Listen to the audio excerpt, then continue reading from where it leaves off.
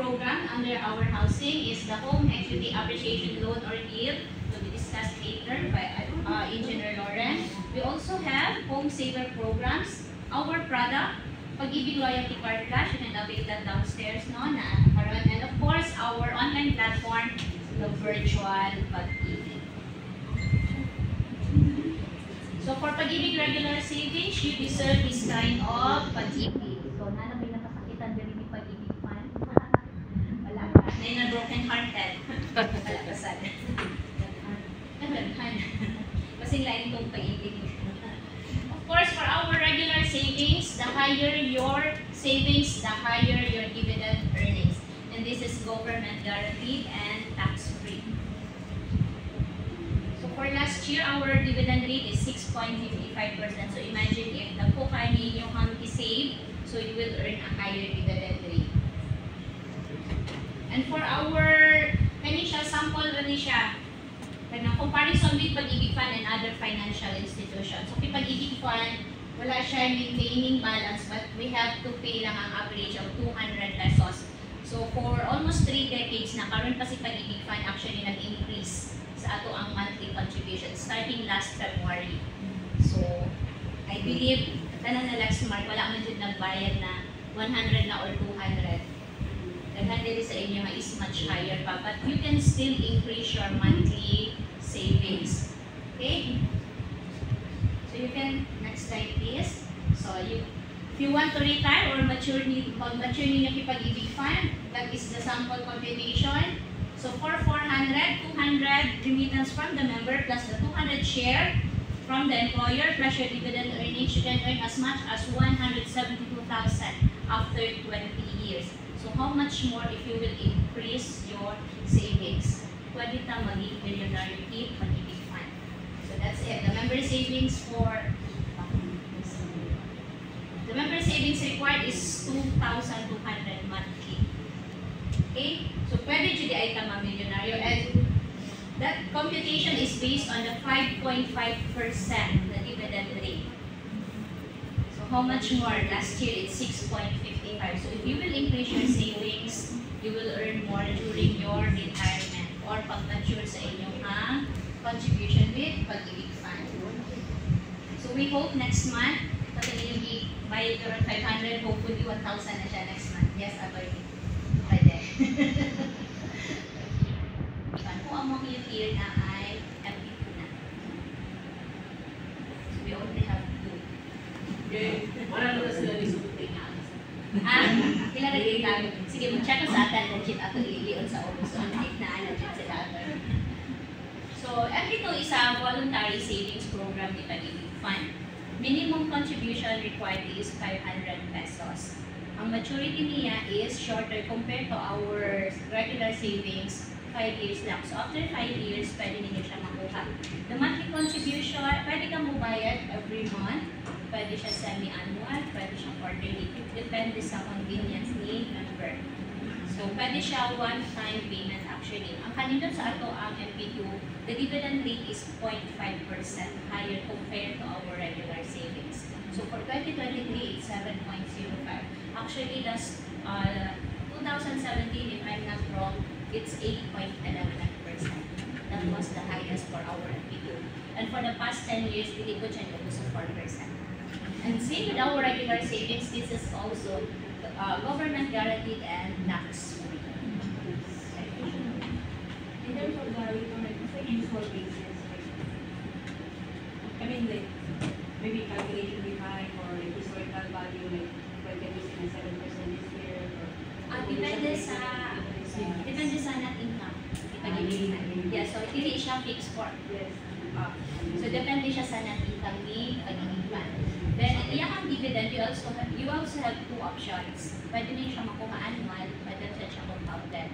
But the advantage if inyong pilihan is compounded, your principal savings, your dividend earnings will be added to your principal savings. So, mas dako ang inyong makuha at the end of the term. Interest rate. Yes po. Ang MP2 is also open to our pensioners or retirees. So if you have mga relatives, mga titas, mga lolas, ng mga pensioners, pwede po silang mo-avail sa ato ang MP2 program. So let's proceed with the table para sa comparison for our MPICO. So this is for annual return option. So kuhaonin mo ang imuhang dividend every year. So for 500 pesos monthly. So ang pag-compute di ay sa ato ang dividend is every month yun siya. So marag 12 over 12, 11 over 12, 10 over 12. So marag mag-prorate siya until the end. So dili siya pag-compute ng 5,000 multiplied by the dividend rate. So per month ang hatag sa iyaha. So for this computation for 500 monthly, so you can earn as much as 4,575 for 5 years. So how much more if you will increase your monthly contribution? Ana siya ang sample. That is also for the annual dividend payout option. So for 1,000, so for after 5 years, you will earn as much as for the dividend 9,150. So that will be added to your principal savings. And that computation is based on the 6% dividend rate. So pwede po siya one-time payment. So kanan ang example for annual return option. So for 1 million, so every year, na siya ma-earn as much as 60,000.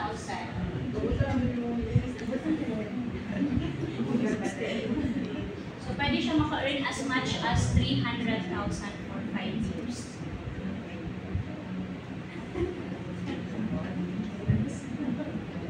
So kani siya na sample is for the compounded. So ganihan no, for 7 lang ang na-earn katong sa annual, dili kay 4.9. So mas higher siya. Kaya na-add ang imong dividend earnings to your principal. So the higher your savings, same gihapon sa regular, the higher your savings, the higher your dividend earnings. So simple, if you will increase, if you have 1,000, so 9,800 ang imong ma-earn at the end of your term. And same so if you will increase, if you have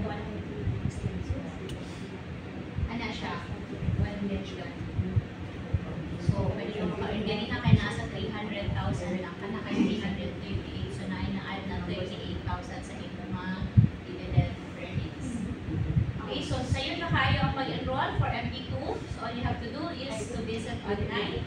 Our official website is www.pagibigfund.gov.ph. Then, be a member, apply for MP2. So, this time, mga to ang MP2 is required siya to all active members. So, ang pag-register sa una kay paka-register ni members, makuha dayon ninyo ang inyong account number. If you registered online karon, kuagin na siya sa amo ang system, pero hindi na amo approve before ninyo makuha ang inyong account number. Kay daghan mo good before naka-register, naka-enroll sila sa MP2 but they are not active members. So, when naka-ano siya sa ato ang system, niya kung dili ka active members, pero dili siya mo compute sa amo ang ilang dividend. So karon amo na display, so if ma-register mo online, moagi ra na siya sa amo I think it will take 1 or 2 days for the approval. Kay daghan makaayo pa rin manulod sa amo ang system. Then that's the time na may madawat mo ang email or text for your MP2 account number. So yes po, yung previous na existing na mga MP2 account numbers, okay na to siya. Kato lang mga new, kato mga bago-upan. Mawagi na siya sa amo for approval. Pero kung ang imong party 5-year maturity man naman, kung naglain na number na sa kato siya maagi na to siya sa account. Yes po. Then na new registration card sa MP2 is maagi na siya sa amo system.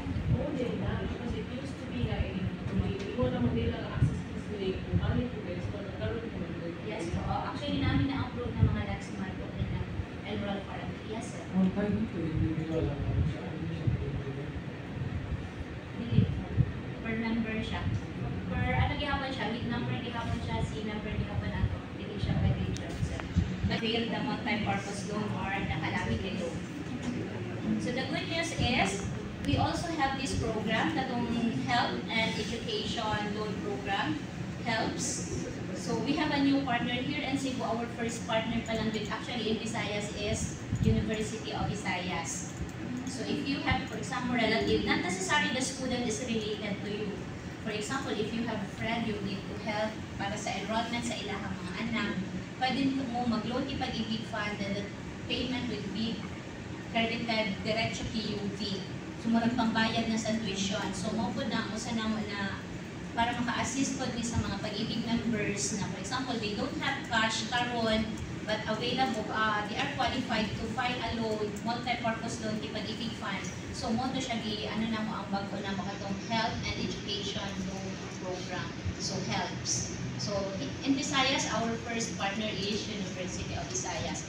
If mo avail po mo of helps, you can have University of Visayas is also offering a 10% discount or undergraduate courses ang ilahang graduate school kay dili siya pwede.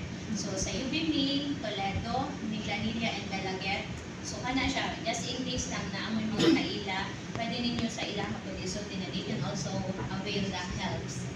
So 10% discount ang gihatag ni University of Visayas. Okay?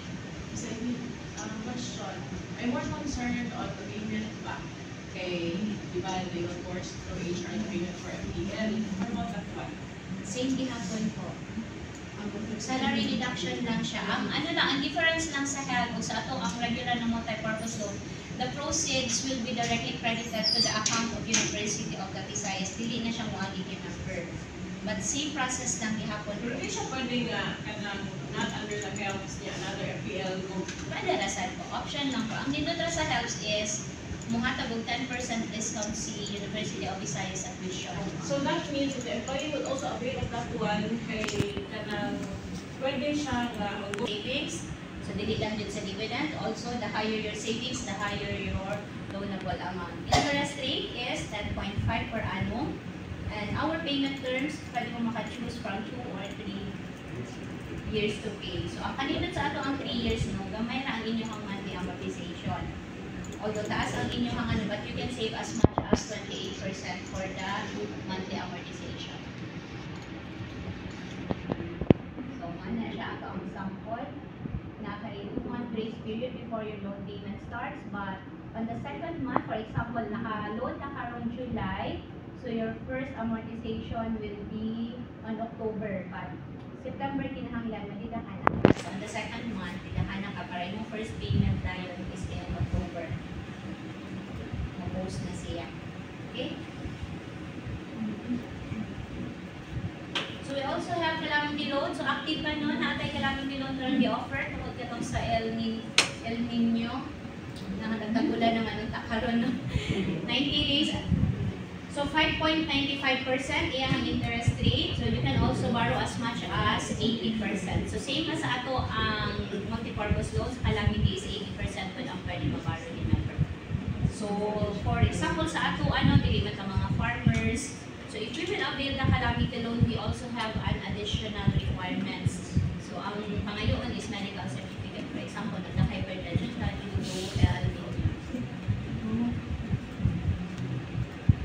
So pag-ibig loyalty card plus, so naata sa August, no? So we also have mga partner merchants. You can use your pag-ibig loyalty card, katong old, or the loyalty card plus to avail discounts. So naata yung McDonald's na partner. We also have partner hospitals. UCMED and St. Vincent is also our partner. Bose Coffee, no?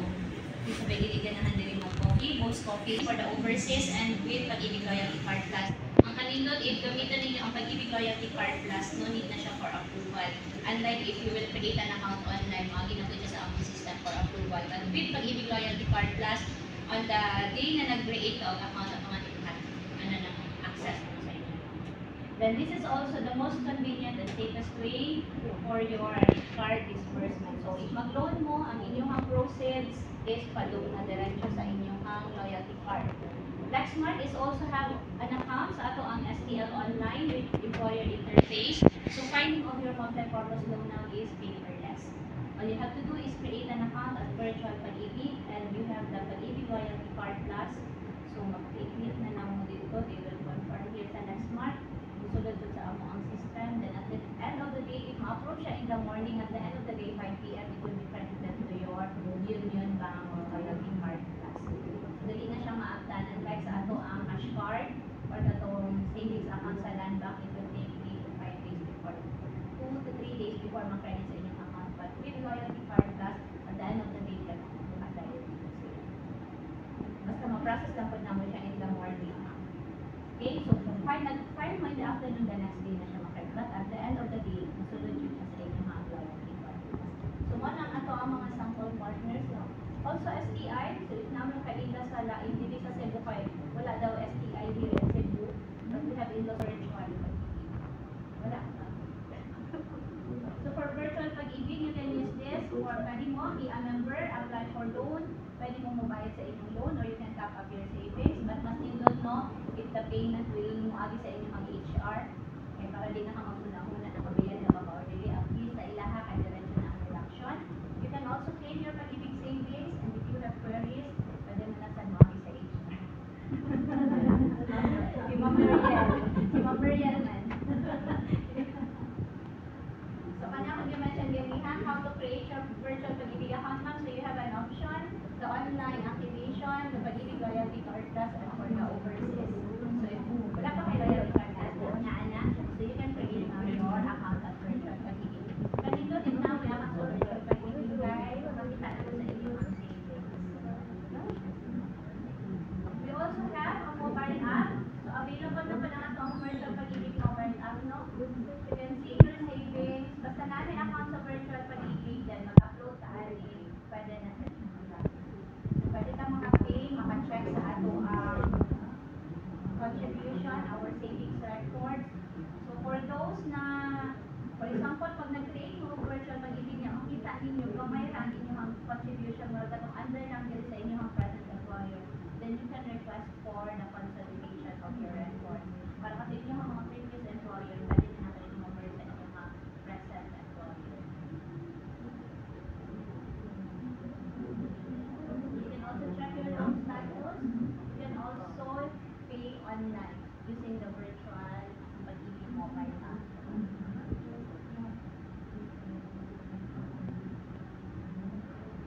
Or if you have employer sa kama, naman sa LexSmart. The best thing about LexSmart, no, ay very supportive ang inyong mga fund coordinator. So if you have an update sa mga new programs sa pag-ibig fund, dali na kayo na mo ma-reach out ang inyong mga HR, dali na sa naabot sa inyo. Then, ang inyong mga request, paagin nyo sa ilaha, dali na sa maabot. Hindi na mo kinahanglan mo sa office. Ay actually, every week, if may mga request for change of information, consolidation, na nandikita na sa inyong HR. So, as a member, dili na kinahanglan mo sa office. Then, dali na sa, if you have lacking requirements, we will communicate with them.